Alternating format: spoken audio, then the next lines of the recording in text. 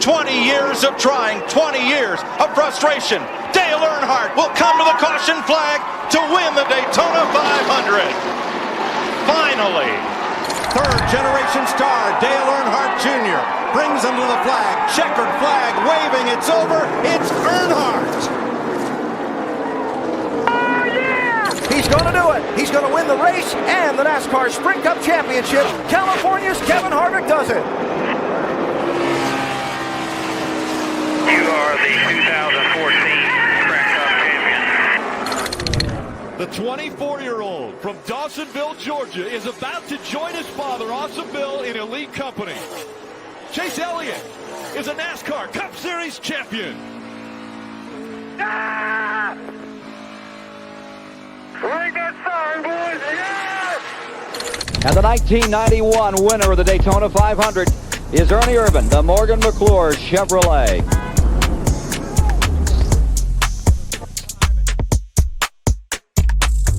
Morgan McClure Chevrolet, honk.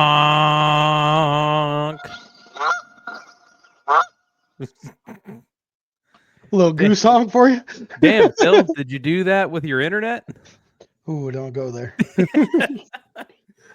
Ladies and gentlemen, Clean Air Show, episode 27, filming on a Friday, or recording on a Friday. We got a busy weekend, the two of us, so Absolutely. we had to record this week, so don't put that against us. The truck race hasn't happened yet, the ARCA race hasn't happened yet, but hell, we can go over some Texas. There'll be some shit shows incoming. There'll be by the time this airs, there'll be some shit shows inbound. Yeah, And by the way, 100%. when this goes up, it'll be Mother's Day. So happy Mother's Day to all the mothers out there. Yeah, absolutely. Happy Mother's Day. I know my mom's driver history started with Michael Waltrip. Realistically started with Jeff Gordon, but it was Jeff Gordon, Michael Waltrip, and then Martin Truex Jr. And she has not picked a driver since. My mom was Earnhardt and Earnhardt Jr. and hasn't picked one since. I mean, she roots for Ross now just because it's Ross, but Right. like she really doesn't have a driver. She doesn't watch enough. No, same. She pays attention like if it's on and my dad's watching or something, but most of the time she's off doing her own thing. Same. Dude, how do you like this background now? Absolutely beautiful. This background's pretty sweet, huh? Just glad it hasn't fallen off the wall yet. Dude, I check that line every day. So after we recorded last week, Phil came by with his son and they helped me hang up these car cases. So And then I almost made AJ buy another one. Phil almost made me buy another one until I saw it got up to $350. And I'm like, nah. No, you cut off at the right spot. Yeah. And then that dude comes in last minute with a ridiculous bid on it, dude. Was it $399 or something? Yeah, he went up to $299 on it. $299. Like it was at $241, and he like $299 last minute of the auction. Fuck, Like, bro, $5 more, you can win it. He's like, nope, I'm done. nope, I'm good. And I knew something like that was going to happen, where like the last minute's going to come up and someone's going to put in some ridiculous bid. Like this was in the off chance I actually got it for a half cheap amount. I like shit like that though. That one-off stuff. Like I didn't realize at first until you and I were looking at it closer that I wonder if I could pull it up. I could probably put it up here. Yeah, the helmet was actually cut in half and made to fit inside a 124 scale diecast thing. And I was like, dude, that is badass. Like nobody else has anything like that. It's the first time I've ever seen one. Like, hang on, I can put it up here. Look real good right above that window behind your head. I don't know if it would have fit. I don't know. You got to think it was only 2 cars and then the helmet wide. So really, there's not much room above the window though. No, see, because like that Allgaier thing, like barely clears it. Yeah. Here it is. I mean, it was sick. Don't get me wrong. It's sick. Like, I would have loved to have that in here because I would have put all the Elliott wins from that year in here. And then, like, the two regular schemes I had off of that year in here. But that would have been it. And that would have cleared some space in this case over here. But That thing's sexy, though. That is I had nice. never seen anything like it. And literally, I was like, bro, AJ, you got to see this. Hey, Credit being, I put in a bid on it. We lost it. Hey, I mean, you can't win if you don't try. Yay. Just like getting in the lottery. You can't win if you don't buy a ticket. So we have card number 27 history to go over here. You only got to mention one name, bud. as of the writing of this article. In That's NASCAR Cup Series competition, the 27 car has started 1,165 races with 88 drivers. We'll probably go over a lot of them here.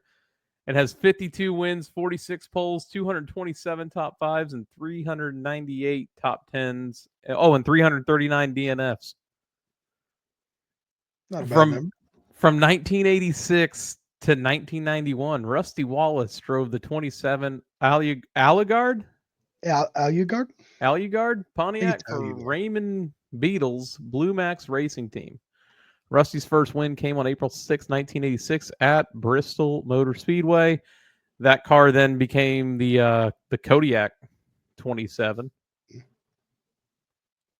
Paul Menard has 252 starts and 1 win in the number.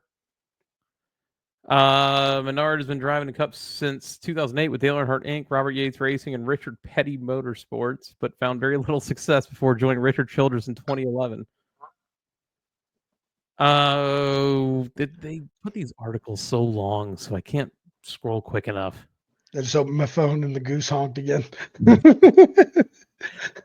Johnson started the 27 98 times in his 313 career races, more than any other number. His first race in the 27 came at the Daytona 500 in 1960. Here's an interesting fact of that. Johnson and his crew chief, Ray Fox, were practicing for the race, trying to figure out how to increase their speed, which was 22 miles per hour slower than the top cars in the race. During a test run, a faster car passed Johnson. He noticed that when he moved behind the faster car, his own speed increased due to the faster car's slipstream. Johnson was then able to stay close behind the faster car until the final lap of the test run, when he used the, quote, slipstream effect to slingshot past the other car. By shaking bacon. By using this technique, Johnson went on to win the 1960 Daytona 500, despite the fact that his car was slower than others in the field. Johnson's technique was quickly adopted by other drivers, and his practicing of drafting has become a common tactic in NASCAR races. No shit. Had 50 victories in the car. Tim Richmond drove the 27 car in 88 starts, beginning in 83 for Raymond Beadle. I feel like I'm saying that name wrong, but it's Beadle. It's Beadle. It's Beadle. Got his first oval victory in that car, and then he moved on over the 25. Benny Parsons, old BP, drove the 27 for 62 races in the 79 and 80 seasons. The 27 was chosen because of its reversal of number 72 of the number 72. I'm reading these articles as I'm scrolling, so. In 1979 at North Wilkesboro Speedway, Bobby Allison led most of the race, but in the final 150 laps, Darrell Waltrip caught Allison. The two hit together hard, and Darrell nailed the front stretch wall. Waltrip began crowding off Allison under the caution and got black flagged for the crowding. Benny Parsons would win the race. His only win at the North Wilkesboro Speedway, he won the 1980 World 600 at Charlotte and finished third in points. Donnie Allison drove the 27 52 times from 68 to 75, earning 5 of his 10 wins in the number. Cale Yarborough drove the 27 48 times during his career, including 5 wins. Hut Strickland, Phil, started the 27 a total of 30 times in the 93 season, earning 2 top 10s. Non-driving fuck. Jimmy Spencer took over the car the next year and won 2 races in 29 starts. Another non-driving fuck. Oh, geez, just another one. Just keep them coming. Who we got? Elton Sawyer drove the 27 and 28 starts from 94 to 95 with 10 DNFs. 10 of 28 races. This is our fearless leader, people. Sorry. My bad. No, I'm not saying sorry. Not saying it. I take it back. Sam Summers started in the 27 races from 76 to 77. Mike Bliss drove the 27 Pfizer Viagra Pontiac for Eel River Racing. Had a 9th place run at Talladega Super Speedway and finished 39th in points that year after 24 starts. I remember that car. I don't remember that car. I just saw the picture of it. I'm like, I didn't even know that existed. It's like silver and blue, right? Yeah. Yeah. Silver, blue, and white. Mm-hmm. Jimmy Florian has 15 starts in the 27 from 1950 to 1951, including 1 win. In a time when Fords weren't well appreciated in the southern sport of NASCAR, Florian was the first to fight against the likes of Oldsmobile. He proved the community that Ford was a reliable manufacturer, finishing 3rd in his first race.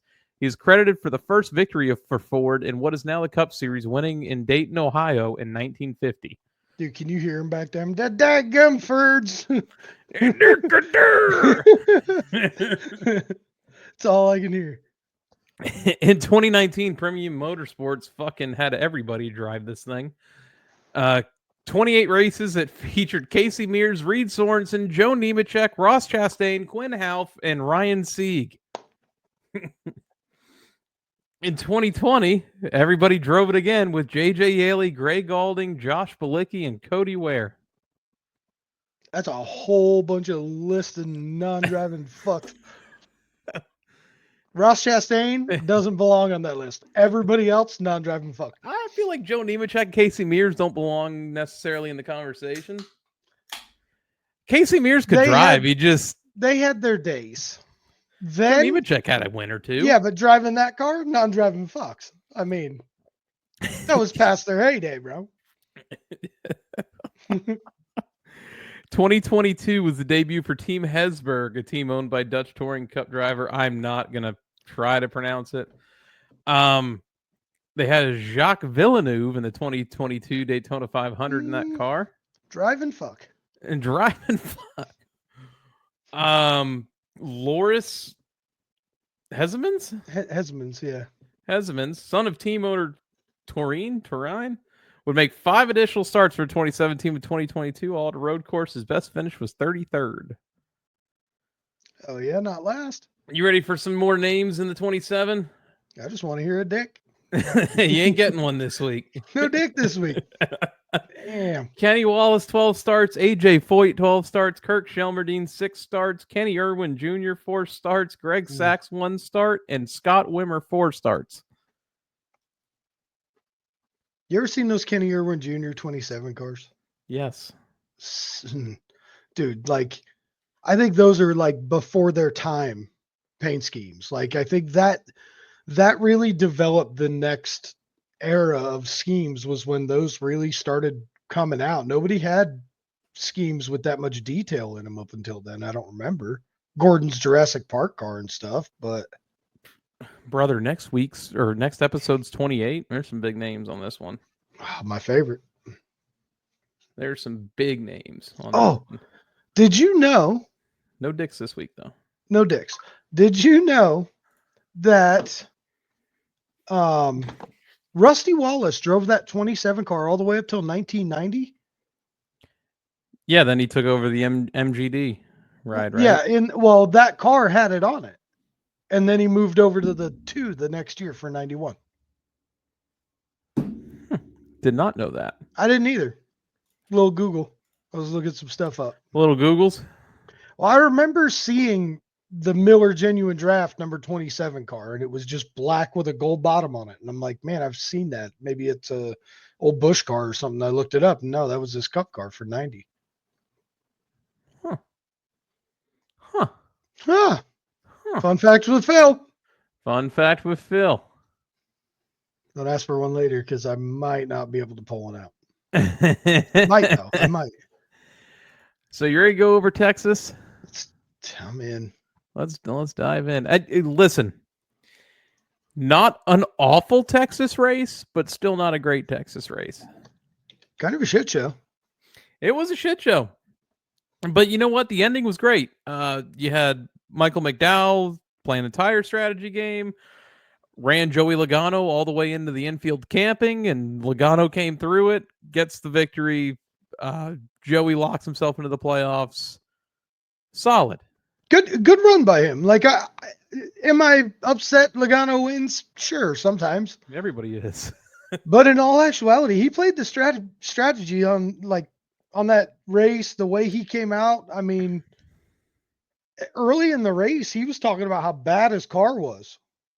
He was one of the guys that was complaining that they couldn't pass in Yeah. practice. Yeah, and like beginning of the race, he's like, the car's terrible. I just can't, I can't do anything. And then here he comes at the end of the race. I'm like, where the hell did he come from? Like, I looked away for a couple minutes, come back with like 3 to go, and I'm like, Logano's winning?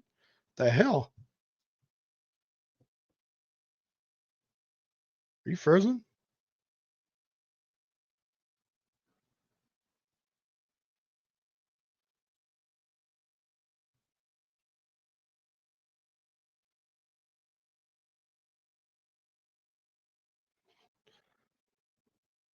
Oh shit. AJ will be back in a few minutes. He had a power surge. So yeah, some big things happened. Denny had that nasty explosion. And then so he blew up, I guess, like a lap before. He said he could tell it was laying down, and then it just exploded under the car, in front of the car, everything. Trying to go to the race page. Give me a sec.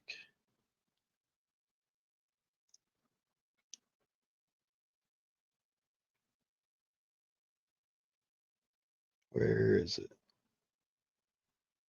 Race results. There we go. Yes, yeah, Denny blew up. Chad Fincham was in a wreck where he ARCA braked the hell out of it. I mean, he came in like nothing. Allmendinger, Bowman, Gregson, Bubba caught up in a wreck. Barry was leading, had a big lead, went over the bumps in 4 and lost it and backed it in the fence. Came back. He ended up finishing 32nd running, but Jesse Love, he wrecked on his own. I think he spun down the backstretch. Cody Ware was caught up in a wreck. Priest, Keselowski, Briscoe, McDowell. I mean, it was just a kind of a shit show of a race, but good battles in and around. I mean, lots of cars on the lead lap. There was 23 cars on the lead lap at the end with Ty Gibbs there. Hocevar looked great. Had the pole, led a bunch of laps, was riding, and just stepped on it. Stuffed Priest in the fence, caused a wreck.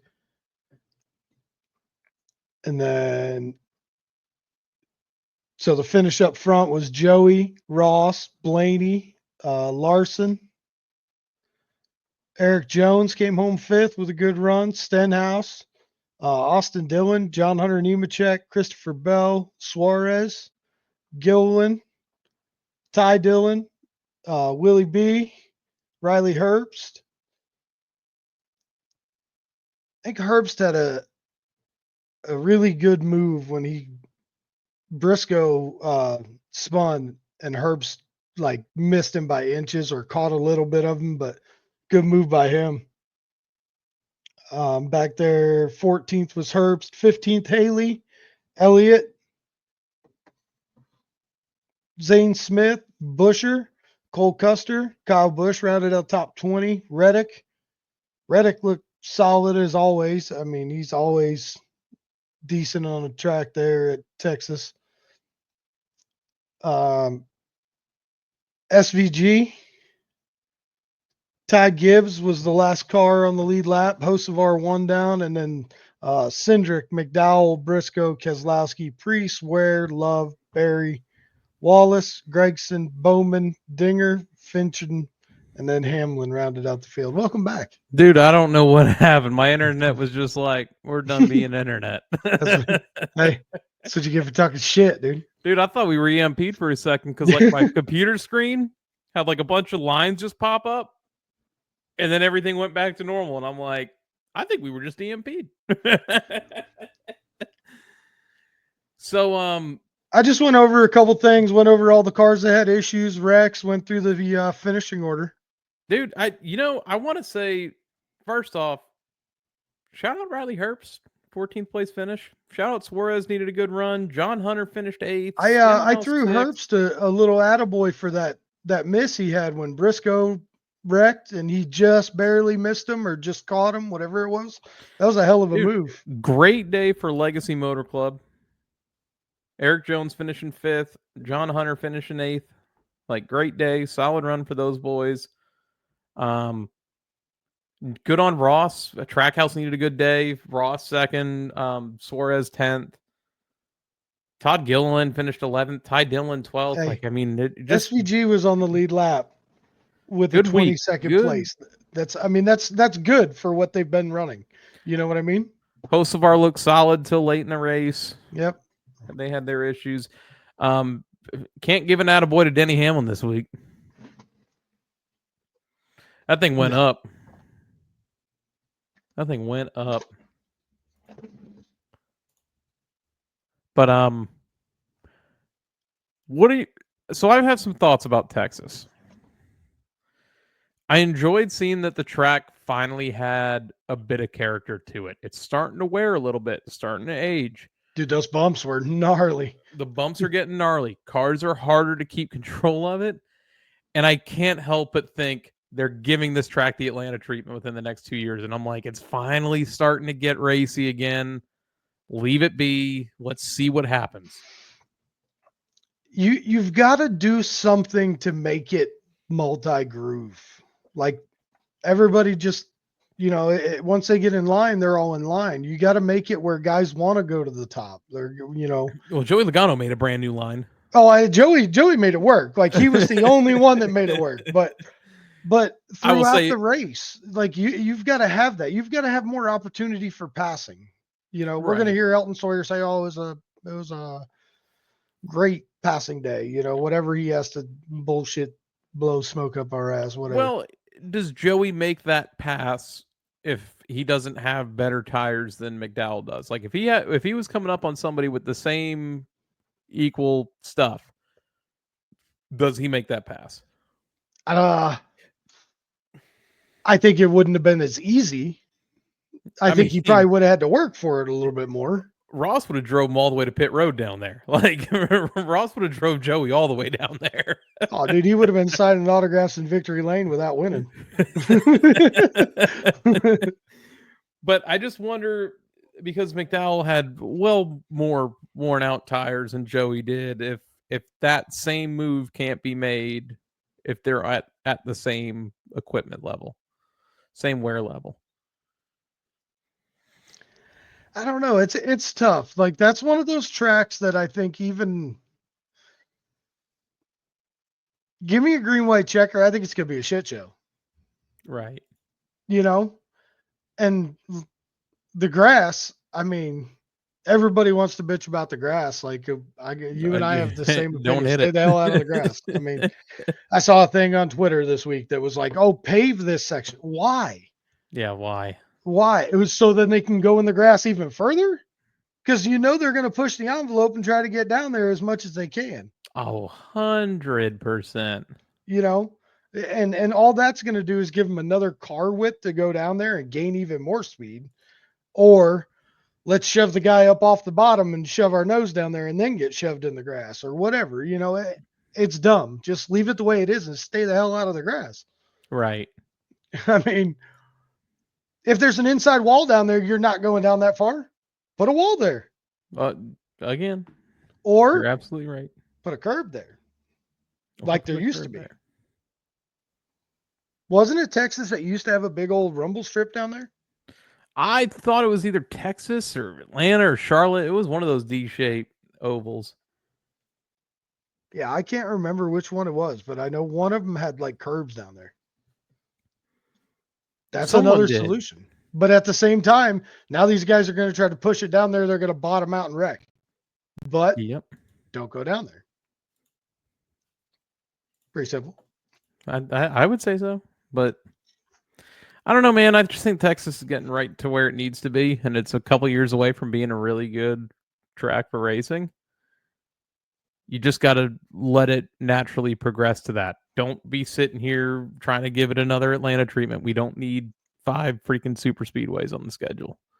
Did you see this proposed NASCAR schedule with more street courses for next year? I don't think that was like an actual thing. I think someone just put together a schedule. I can't see them running a bunch of street courses.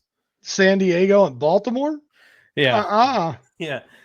Hey, that's a DARF thing right there. Do you really think that you're going to sit there and the cities of San Diego and Baltimore aren't going to already be trying to promote that thing now? I want to see him in San Francisco with the hills. Going down the street, dude. Dude, that's it. You know, I heard in 2026 these cars are going to Monaco. Oh, dude, the racing's terrible there already. We don't need cup cars there. Holy shit. But the trucks have put on a hell of a show there. Freddie respond to you? Not that I saw. Not that I saw. I have not seen anything saying such. I'll look again. Road America does want NASCAR back in Wisconsin, which I would be okay I saw with. that.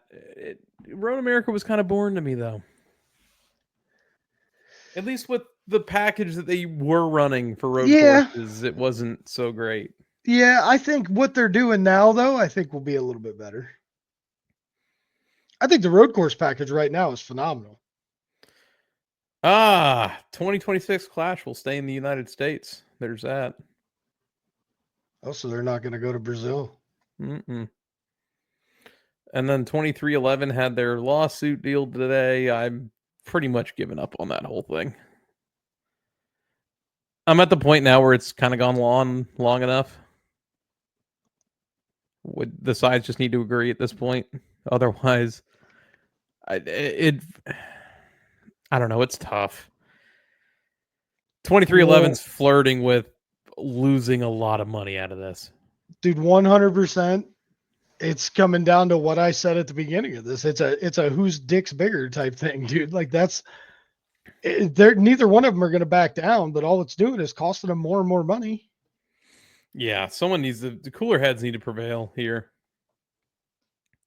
At least what I think. But I mean, that's how it seems to me. It's just a big dick contest. Like, here's what I got, here's what you got. And then one of them's going to have more than the other one. I'm not saying one's got a bigger dick. I'm just listen, man.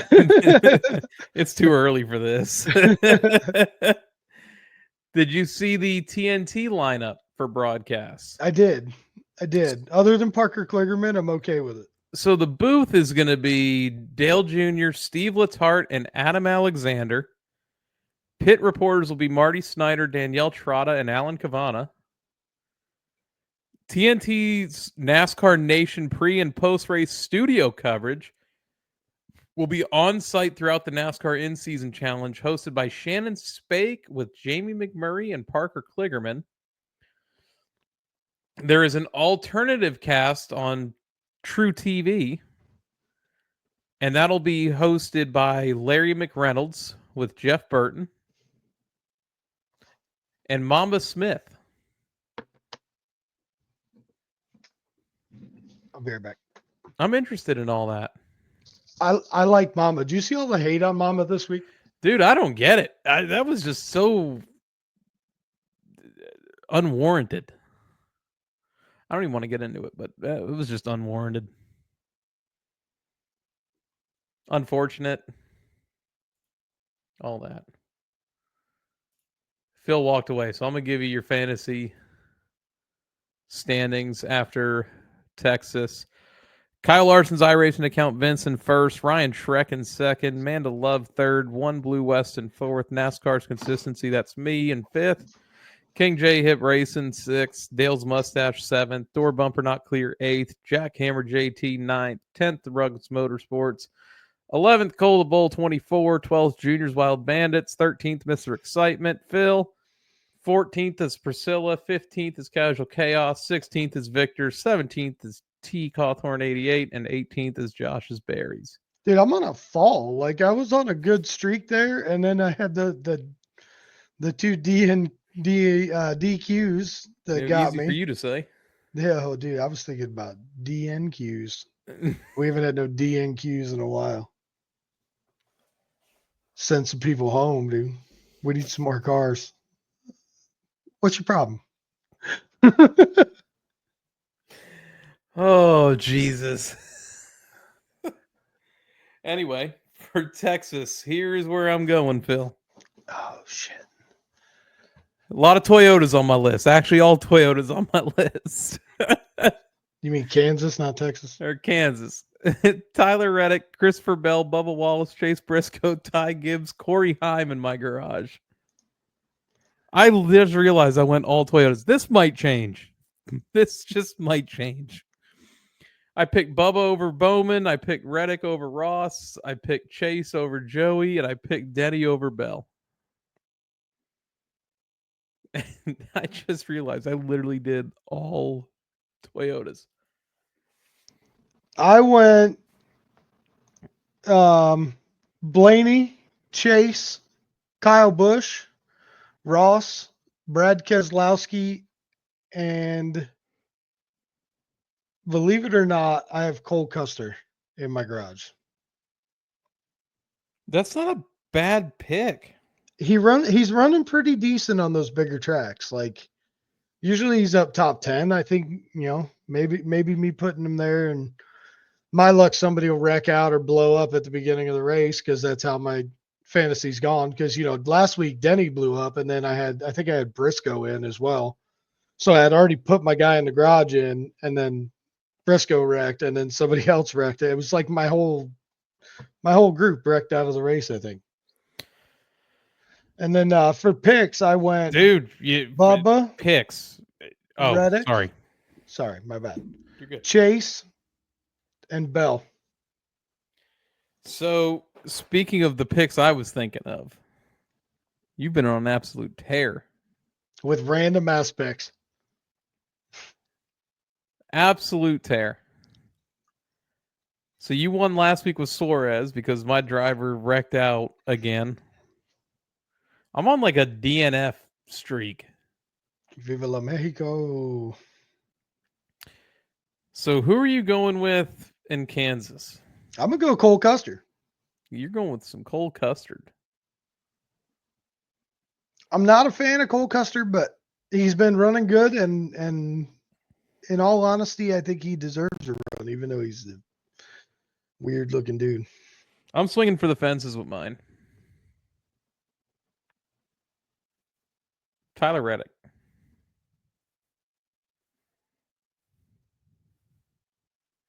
I'm going for it this week. I need a win. All right. What are the season standings? 1, 2, 3, 4, 5. It's now 7-5. What a comeback. So I gotta start gapping it a little bit. And I'm really excited that we're in Kansas, because to me, at mile and a half, Homestead puts on a great show, but then Kansas is just perfect with this car. Oh yeah, I agree. Look how close that finish was last year. Yeah. 0.0000 seconds or whatever the hell it was. I really enjoy Kansas with this car. You're going to have, there's going to be comers and goers. It's kind of one of those tracks where realistically, as long as you're in the top half of the field at the end of the race, you've got a shot at winning it. You just got to play your cards right, truly. If you play your cards right, you'll be there at the end. Play your cards wrong, probably be in the fence. What did you say? I said, if you play your cards wrong, you'll probably be in the fence. Oh. The hell did you think I said? I don't know. You all right over there? No, dude, I got a lot of shit on my mind. Same. It's been a long week. I got 99 problems. And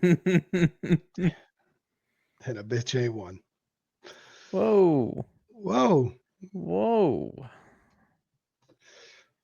So, truck races have been a complete shit show. The truck Another one. Another one last week. The truck races haven't been too bad. They Just- haven't been too bad. Just stupid wrecks, I think. Dude, who's on that entry list for the truck race tomorrow? Truck race is tomorrow at 7:30. Let me see. Xfinity's off. Brandon Arc is Jones. tomorrow too, isn't it? Yeah, Arc is tomorrow. I think at noon or 1 something. Brandon Jones is in the one truck again. Nathan Bird, Cody Dennison, which hopefully they had some practice and let that man find speed earlier than like the first 2 stages. Because, wow, we talked about that last week, how far off the pace he was. Then you got Tony Breidinger. Willie B is in the 07. Hosevar. You fulfilled the thing. Oh my God, dude! I almost completely butchered that one there. Carson Hosevar is in the 7. Enfinger, Heim, Jake Garcia, Tanner Gray, Gio Ruggiero, Tyler Ankrum, Daniel Hemrick, Morgan Baird, Dawson Sutton, Malcolm in the middle, Lane Riggs, Chandler Smith. How about all the Chandler Smith stuff? Did we ever talk about the Chandler Smith I stuff? don't know. He might not hold his kids enough. That's it. Yeah, need to love your kids, man. Bro, Chandler Smith is Ricky's dad. 100%. Now that you said that, go give me another beer. I'm gonna give me another beer. Why don't you go dig a hole? Here, go dig a hole. Oh shit.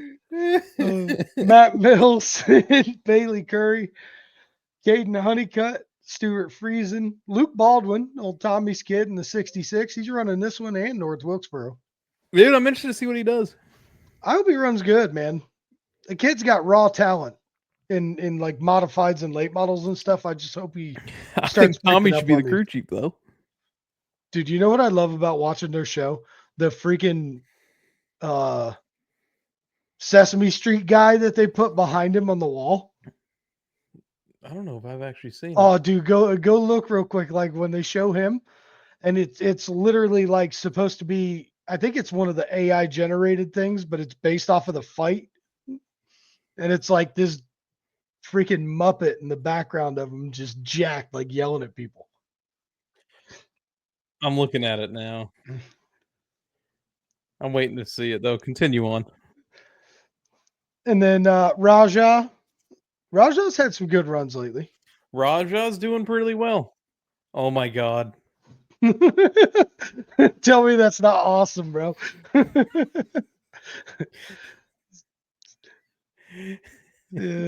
We found out this week. We found out this week that Freddie's wife washed our freaking stickers. Dude, clean air show. It's already clean, Freddie. I know. Now it's a dirty show. Now it's dirty. Clean slate show, dude. It's not even a clean air show. Oh, Well, folks, you've learned a lot on this show this week. Chandler Smith is Reese Bobby. The Clean Air Show is the Clean Slate Show. I was high when I said that. Hell, you can be first or second, third, fourth. You could even be fifth. Man, I gotta lay off the peyote. There's no way that I'm taking in those boys as my grandchildren until I see a DNA test. Well, maybe they are my grandkids. Hey, you said we were just going to ramble before we started. Sit here and bullshit. That's what we did. Dude, yeah, that's pretty much what it is, man. And then rounding out the field in the trucks, you got Boyd, Spencer Boyd, Andres Perez de Lara, Connor Mozak, Matt Crafton, Jack Wood, Ty Majeski, and Ben Rhodes. So, you know, did I tell you what I started watching this week? Rubbins Racing? Yeah, you were telling me about the that. Barstool show. I wasn't too sure about it. And then I got a couple episodes in, and it's like, it would be like our group chat going to the races together. We do that now. No, but I mean, like, that's how it is, but with a camera and unedited. And they talk a lot We'd of have shit to edit to some shit out with everybody. our group. I don't know. Some of the stuff that the drivers were saying on there, whew, Noah Gregson's got a mouth on him, boy. That one I knew. Yeah, that one you knew. Yeah, but I've seen it like in person. I've never seen it like On video on video like that. Ooh, while he's in the Cup Series. ooh, yeah. Oh, Shot man. after shot. Just hammered them down.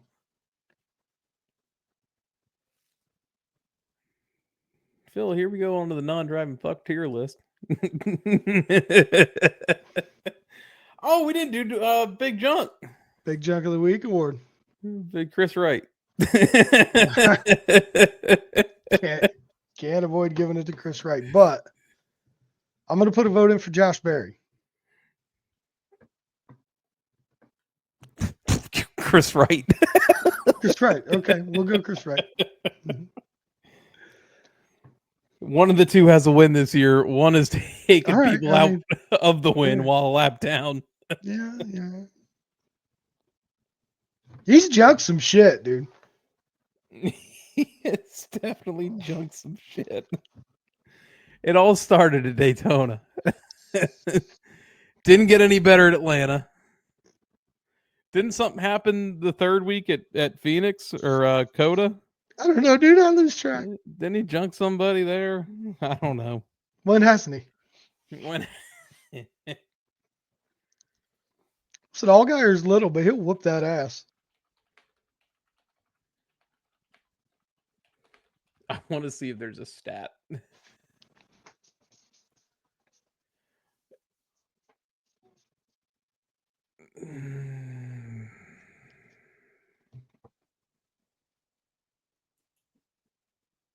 Hang on a second. We're going to see Chris Wright, Racing Reference.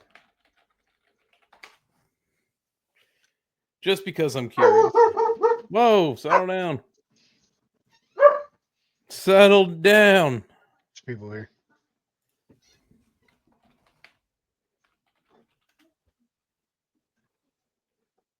Does it tell you how many wrecks he's been in? That's what I'm looking up. Oh, bro. All right, Xfinity Series. Let's just go off of this year.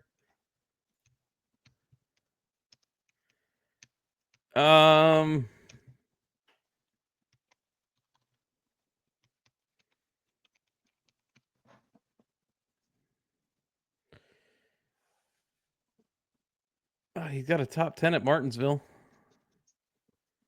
It doesn't show me DNFs though. Bro, go on and search a whole bunch of stuff on Chris Wright. Like, Chris Wright needs to be held accountable. This isn't even the right year. What is going on here? Another bad look for Chris Wright. Like, that's all the videos. Chris Wright's worst moments of 2025 so far. He's got no DNFs this year. Well, Bullshit. not that he doesn't have no DNFs. He's got no DNFs listed on this.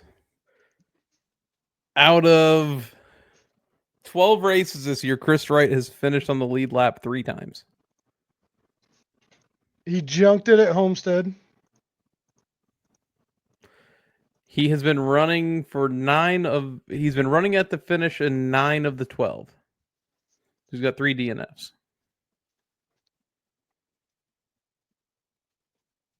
Still a non-driving fuck. I'll go ahead and say it. Let's see. Crash Daytona. That was the obvious one. Yeah. Texas wrecked with Allgaier.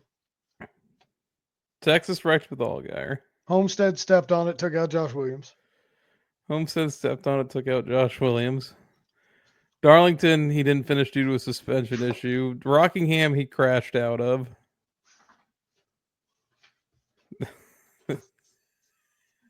We need a non-driving fuck meter for certain guys. Now, the end of the year, we're just going to have a non-driving fuck award, and it's going to go to Chris Wright. Dude, you just pop up behind you. I didn't even see anybody pop in behind you. He came in the door when the dog was barking. Well, I didn't know that. Who is it? That's my buddy, John. Say hi, John. Hi, John. Enjoy, everybody. We'll see you next week. We'll be live next weekend.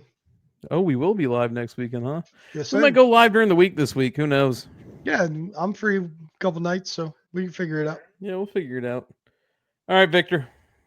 Take us away.